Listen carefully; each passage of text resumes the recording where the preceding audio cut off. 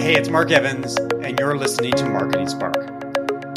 One of the most interesting parts of the B2B marketing landscape is watching marketers do their own marketing. I see a lot of it on LinkedIn, my social media platform of choice. There are marketers who create text posts, videos, carousels, and of course, polls. Yeah. But believe it or not, there is life beyond LinkedIn for B2B marketers. And one of the most intriguing places is TikTok. Yeah, TikTok. It's no longer just a social media platform for goofy videos, but a place where B2B marketers can successfully leverage. And a marketer who appears to have cracked TikTok is Stephen Pope, who runs GGP Labs in LA. For Stephen, TikTok has become a lead gen machine. So I'm excited to have him on the podcast to talk about his approach and keys to success. Welcome to Marketing Spark. Thanks, man. I appreciate you being on, I'm always saying that because I appreciate being on your show. I actually love being interviewed, so I'm really excited to be here, and I'm really honored. Thank you. We connected about a year ago, like many people, on LinkedIn. So I'd like to start by getting into your LinkedIn journey. Sure. It's a platform that you and I have embraced and seen tremendous ROI. So how did you get into it, and how has LinkedIn evolved for you, or how has your approach to LinkedIn evolved over the last year? Oh yeah, that's I actually love that question. So I sold one of my companies, or the main company that I built a couple years ago, and then after I started the next one, which I've actually gone through several pivots to where I am now. I had seen Gary Vee. He had been talking about LinkedIn. He had been talking about content. I just kind of I drank the juice ultimately. I'm one of those people where if I see somebody being successful at something, I don't have that many doubts. I might have doubts in myself, but I don't have doubts in what it can do. And so I was just like, you know what? I'm going to go on LinkedIn and I'm going to do what he says. I'm going to start doing videos, and I'm going to go for it. And so that's what I did. And I started posting every day, just like he told me to do. Didn't know what I was doing. And I started to do a couple of videos, terrified out of my mind, to be quite honest with you. You can go back to my first LinkedIn video. I still left it there just for memories. I'm just really stressed out. And then I ended up taking a video course that helped me kind of learn how to articulate my ideas and get on camera. And then just to kind of I've actually gone through quite an evolution, because you get a lot of advice from people. And I'll tell you, one of the worst pieces of advice I got is join an engagement group, which is, if people don't know what that is, it's pods. It's a group of people that pretend to, or that not pretend, but they share links and content, and then they all go in there and they all engage in everything. And all of a sudden you're you were nobody, and all of a sudden you're getting 50 likes and comments a day, and you feel really good, but then you don't ever learn how to make really good content. So that was kind of the beginning. I actually, right after I got on LinkedIn, I did get I got a client within the first week, which I thought was pretty cool. But I started to get really in tune with how I was feeling about what I was doing.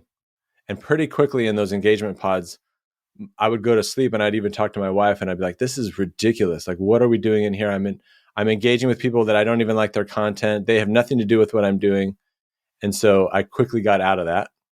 And I started the journey of really learning how to create content that performed on its own.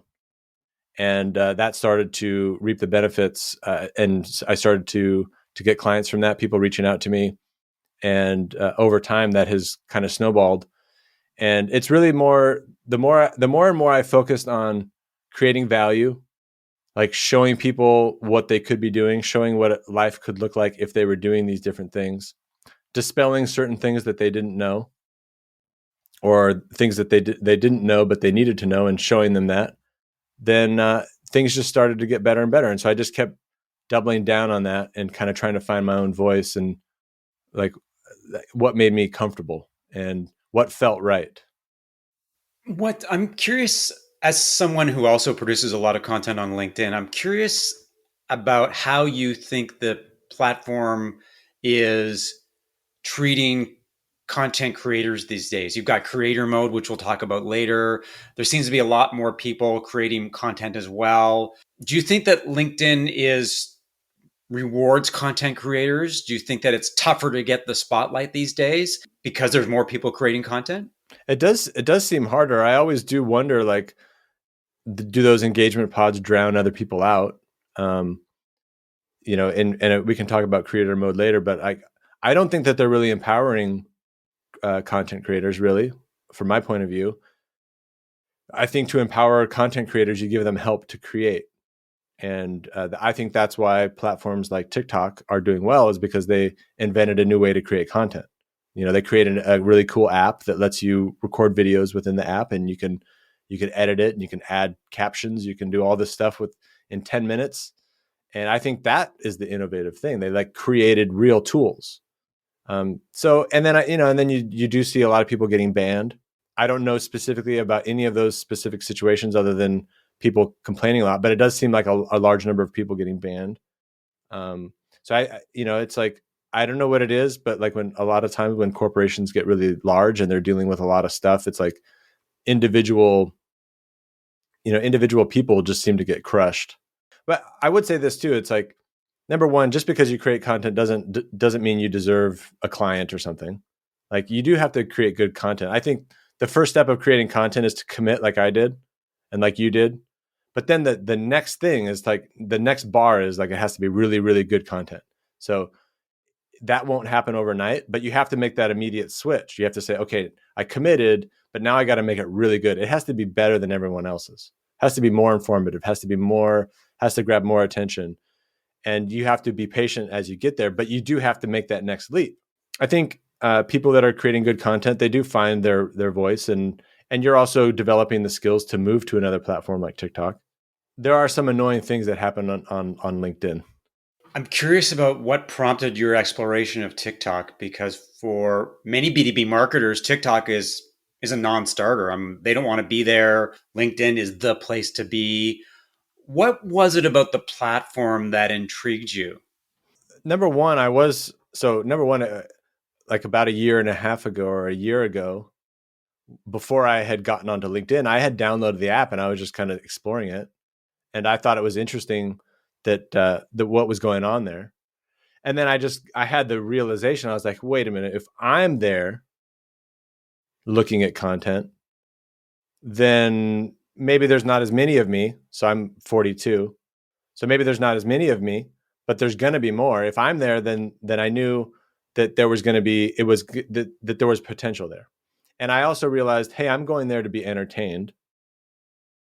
And then I was like, okay, so then if it's just my message that pops up instead of me dancing, there's no reason why somebody wouldn't, as long as it's valuable and if I'm talking to another person like me, then there's no reason why that it couldn't just be my content. And then I started also kind of breaking down these. I think sometimes we talk about B2B and B2C and all this stuff, but I always just look at it as like E to E. I'm an entrepreneur talking to other entrepreneurs. I'm a person talking to people. So to me, I just think that way sometimes. Like I don't like, because otherwise you get yourself boxed in. Like, well, there's no other businesses there, so. But it's just people. There's people. If there's people there that are running businesses, then I can talk to them. And then I also knew that eventually LinkedIn would get crowded, and that TikTok, you'd see people blow up overnight. Like one video. Like I've literally had one video on TikTok that kind of changed the trajectory of my business. And so I think when you go to a platform early, you have those interesting opportunities, just like the people on LinkedIn that got in early.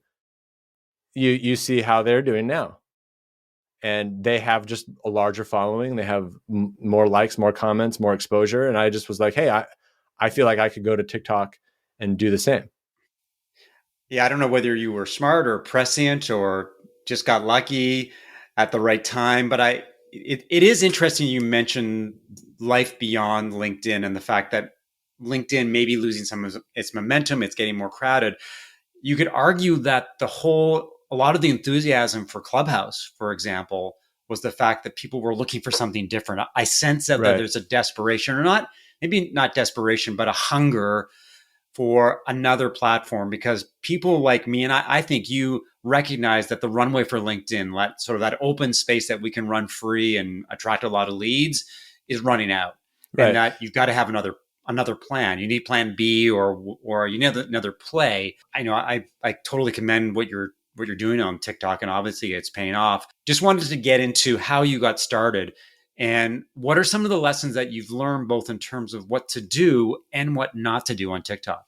Yeah. And just one note about that before I go in, the other thing is like, so people also get frustrated with the platform either because it's actually your reach is diminishing and you're not reaching as many people, or because you haven't really done a good job on the platform anyway. And so like so you're kind of like, you just have shiny object syndrome and you're just like, oh, I want to go do something else, even when you haven't really given LinkedIn a chance. So you do got to give these things a chance. But so I will say I was able to grow faster on LinkedIn because I had been creating, or on TikTok because I had already been creating content for a long time. So I knew how to do videos. I knew how to capture attention. I knew how to write headlines. So when I make a video on TikTok, I do talk quite quickly compared to the way other people do. And I've developed that skill over time. Every once in a while, people tell me I talk too quick, which probably is fair feedback. But what I do on TikTok is I tell you exactly what you're going to get within the first 3 or 4 seconds of watching my video. I say, let me show you how you can generate 20 leads in the next week. Let me show you how you can make a video that is going to capture people's attention. So I get right to the point. There's no little space in between when my video pops up between when I start speaking. I'll usually have a little bar at the top that reinforces what I'm about to talk about. I get to the point really quick. I try to show like actual stuff. So you see me going around on my whiteboard and trying to demonstrate things. So I think there's kind of two different ways of going about getting attention on TikTok. Is like, if you're being entertaining, you might not have to take that approach. Like if you're being funny or you're playing a really cool piece of music and people connect with that, you might not have to capture people's attention like that. But I think in terms of what I do, which is like coaching people on how to do things, for me in particular, it's important to be very upfront about what you're going to get and then show you the information very quickly and not lose your attention throughout the thing. So then to answer your other question, what I see a lot of people do is when their TikTok starts, it's like, oh, hey, how you doing? This is what I'm going to show you today. And by then somebody's already gone. Right. Got it. And so one final thought, the interesting thing about TikTok is there is a huge opportunity to grow right now, but it's also very competitive. So like you do have to use some of those tactics so that you are viewed, if that makes any sense. You mentioned earlier that there was a TikTok video that blew up and generated or basically changed the trajectory of your business. Curious about what you were talking about and why you think it resonated. Yeah, and that's an interesting story too, because I had done an earlier video which had done pretty well. And then I had looked back and I said, how can I make that one better? So I'll tell you. So all it really was a post on how do you create a ton of content and generate a lot of business from a video podcast. So it's nothing different than probably a post that you've made about how do I take a video podcast and turn it into little clips, and something that Chris Walker would have talked about or Gary Vee would have talked about. All I did is do my own version of it. Said, hey, here's the marketing strategy that you can take. And it all revolves around a video podcast and sending that to the podcasting platforms. And then this is how you can create a blog from it. And then kind of how the second one blew up is that I looked at the first one and I made a few critical tweaks. And the tweak was, the first one I said, steal my marketing strategy. And then the second one was, steal this marketing strategy that's generating $9 million for one of my clients, and also generated them 10 new clients in 1 month. Right. So I adjusted it to put all the results up front. So it had a lot more meat to it in terms of like, this is why you should actually do it, other than just like stealing my marketing strategy that doesn't work, And then I also improved some flow of it. So that was it, man. And then it just got like, it's like 200,000 views. And a lot of people get more views than that, have more followers than me, that hit a certain percentage of the market and booked a ton of leads and booked me business. And then I've had several others that have done the same thing. So let's talk a little bit about actual tactical execution. Like, what does that look like? How long are your videos? Do you script them? Walk me through sort of the nitty gritty of creating a TikTok video. Again, like I have a little bit of an advantage here because I've created so many videos. I used to script every video, kind of like story brand. What do people want? What's the problem? Why should they listen to me? Display some empathy that I understand them. What's the process to actually go through to achieve what I'm about to tell you? And then calling them to action, not necessarily to call, not a call to action to buy my course, but to like, hey, if you do this, this is what's going to happen. If you don't, this is what's going to happen. So that's my general script that I follow on every video that I ever create, every LinkedIn post. That's the flow I use. So these videos that I'm doing on TikTok are generally 30 seconds to 45 seconds. And I'm following that makeup, and they take me about 10 minutes to 15 minutes to make because I can do the entire thing within the TikTok app. I don't need to send it to a video editor or anything like that. I do send it to a video editor after that to repurpose it to other platforms. So what I usually do is like my tactical execution is I'm talking to the camera. I tell people exactly what they're going to get. You're going to get this marketing strategy. You're going to learn how to automate this. This is going to help your business this way. And then I usually kind of like head to my whiteboard. I've drawn something out like a diagram. I think it's all very rough. It's not. I have pretty messy writing. I haven't washed my whiteboard in a while, so it's got that black streak. Yeah.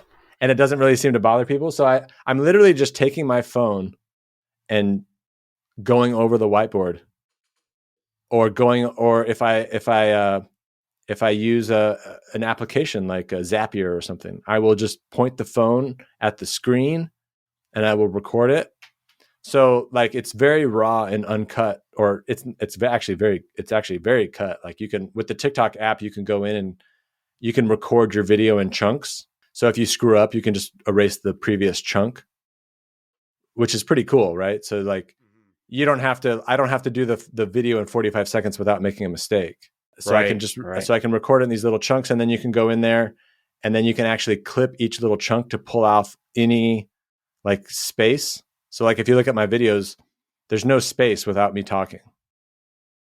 But when I recorded it, there was. Right. And so, is it hard to create a video? Like technically hard? I mean, on TikTok, or is no? It's actually really easy. That's what going back to our original question about what is LinkedIn not doing for people. This is what TikTok did for people. It created a really cool app to let you make videos. And so it's really easy to make it. Like a video that took me 15 minutes, I kind of stopped counting, but it booked over, 25, 30 calls. Well, and I guess that's the other question I had about TikTok. What are some of the key metrics, and how do you measure the success of your TikTok efforts? And what KPIs, for lack of a better term, do you focus on? Well, I'm looking at my follower count. So like I have like I'm coming up on 16,000 followers.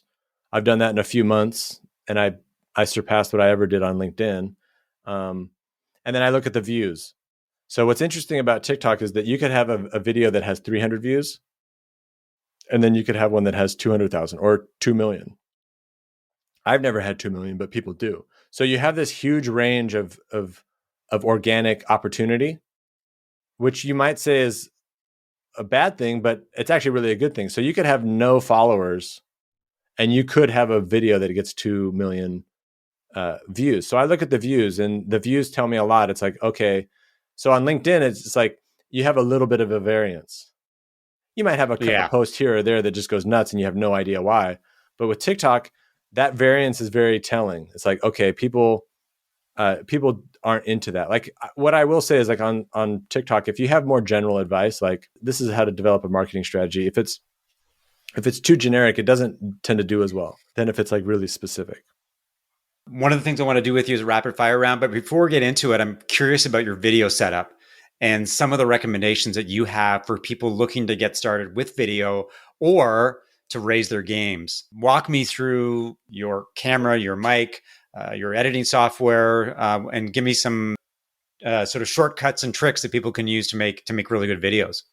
Yeah, so there's two approaches. So on my individual videos that I push to social media, it's all on my phone. I do have lighting in my room, so I do use that. But when it comes to the short TikToks and all that kind of stuff, it's just my phone. I don't let anything get in my way. I don't worry about too much of the quality. I could probably get a better phone and all that kind of stuff. So, but then when it comes to like my podcast or my live show, I have a green screen. The main thing that makes that look good is I do have an arsenal of lights. Is this a video podcast? Yeah, it's a video podcast. Because Yeah. I think I could actually show, so people can see me. I can actually show you the behind the scenes. So this is, let me move that real quick. So this is what it looks like. So I got the green screen behind me,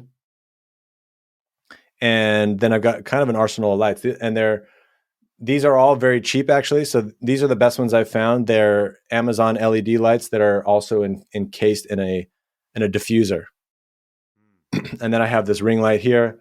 I've got this light up here to kind of light the top of my head, because the main thing that makes a green screen look good is a very crisp, very well lit green screen. And so this lights the top of my head, gets rid of the darkness around that. And then I because I'm doing live streaming, I have some other stuff. But just in terms of like the basic stuff, then I also have a Logitech Brio, which is probably one of the best webcams you can buy. I do have another like a DSLR. It's a Lumix G6 or 7 or something like that. I haven't set it up only because I know I can make it look better, but to make it look better than the Brio, you have to kind of learn some stuff, and I haven't learned it yet. And then the microphone I use is the Shure SM7B. Cool setup for all the video geeks out there. Behind the scenes look is pretty awesome. Okay, well let me get into the rapid fire round. And so you can answer these questions. You can say one word. You can riff. It really is up to you. So you ready for this? Okay, I'm ready. Social audio, also known as Clubhouse. I never got into it. Partly because I do a lot of video. Partly because you have to dedicate like specific time to it. So for me, it was overrated, and I just could never make the time. I had ideas with it, and I just never executed on it. Content marketing. Oh man, I love it. It's not only fun, but it works really well when you really commit to it and you make good content. I think it's probably the best way to grow your business at this point. Blogging, otherwise known as the workhorse of content marketing. I think that's probably a really good thing. It's harder for me. I'm doing it now only because I found that I can take a transcript of my podcast, and I have an SEO strategy, and I've been able to mix that and send it to a good writer. So that's part of my longer term thing. If I didn't have that, I probably wouldn't do it. But I think it's probably smart if you can figure out how to do it. Podcasts. I love them. It's funny, I don't listen to that many, but I think I love to be interviewed on them. I love to have my own. And I think it's a great way to like create content. I have a prospect right now that's I don't know that they're going to close, but I hope they do. But before the sales call, they said, "Hey, I've watched like 4 of your podcasts," and it also helps me. Yeah, it helps me create content. So that people don't understand all the people focus on, oh, how am I going to get a lot of subscribers? And to me, it's like that's probably a good long-term thing to have, but it does so many different things for you right out of the gate, as you know, that probably very underrated. A guest that you really want on your podcast? Gary Vee. That's an obvious answer. Instagram for B2B marketing. Go or no go? Instagram, I don't know that well. So I just started to push content there, but it's just to like build out my system. So I don't really know. I can't really give people advice on Instagram. Quora. Can't give people advice there either. I've read a lot of stuff there. So my guess is like most platforms is if you get dirty, create value there. It's probably harder to create value there and get noticed now because it's older. But my guess is if you go there like on any platform and you provide value and people can find your stuff, that it's probably going to pay off. Mm. How about Reddit? That's another place that I haven't spent a lot of time. But I, from what I hear, it's kind of brutal. So you might have to have a tough mentality to survive there. But my guess is, again, like if you have that tough mentality, it probably would work pretty well. LinkedIn creator mode. Yeah, this one I just don't get. It kind of annoys me because it to me it seemed like created more confusion than anything else. People talking about how it increased their engagement, lowered their engagement. I think it revamped your profile, and I think I don't think anybody cares what hashtags I have or what hashtags I write about, and it pushed my profile or the about section down. Yeah, I'm just not a fan. Maybe at some point they make it more meaningful. LinkedIn creator mode on or off right now? That's off. LinkedIn polls, the scourge of LinkedIn, or something that offers insight and research opportunities? Well, it's funny. I did a LinkedIn live today with a guy named Marcus, and he was kind of showing you how you can really use it to basically, drive business. So I think you could use it pretty strategically. I have my own opinions about like people's content and like how they use it. I try to kind of because I'm a content creator and I'm usually trying to encourage people to get going. Like I try not to bag on people that do this or that. But to me, it seems like there's a lot of people making polls and like, I'm not sure why they're doing it. But I think like everything, if you do it strategically, you could probably get some good use out of it, especially because I think right now LinkedIn is pushing the reach on those more than other posts. Top 3 iPhone apps or Android apps? Yeah, so I use TikTok. Excuse me. I use TikTok a lot. I use LinkedIn a lot, and I use Gmail. I actually try not to use my phone too much. It's kind of a boring landscape. The best business book that you've read recently? One of the best business books that I've ever read is by Peter F. Drucker. And it was about management. But he went off on all sorts of stuff. And I thought that was one of the more insightful books that I read. He's a consultant and he's helped a lot of businesses. And he talks about like all the different types of businesses, all the different strategic maneuvers you can make. You can be the innovator, you can be the copier. And there was no judgment in the way he talked about all these different things. He just kind of exposed them. And I would say that's probably the best book I've read recently. Well, thanks for all the great insights, Stephen. Where can people learn more about you and SGP? Yeah, so you can go to sgplabs.com. You can always contact me there. I'm also on LinkedIn. You can just search for Stephen G. Pope. I should pop right up. Pretty accessible if you want to chat or ask me questions. And you can connect with me, send me a DM, and usually get back to you pretty quick. Well, thanks for listening to another episode of Marketing Spark. If you enjoyed the conversation, leave a review, subscribe via iTunes, Spotify, or your favorite podcast app, and share via social media. To learn more about how I help B2B SaaS companies as a fractional CMO, strategic advisor, and coach, send an email to mark@marketingspark.co. I'll talk to you next time.